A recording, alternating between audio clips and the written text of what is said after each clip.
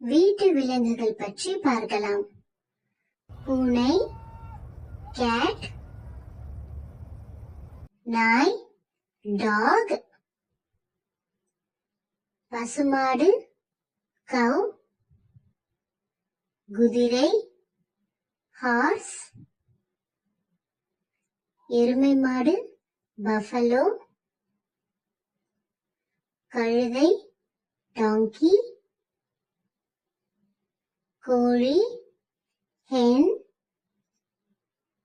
காளை மாடு, புல், ஆடு, கோட், முயல், ராபிட்,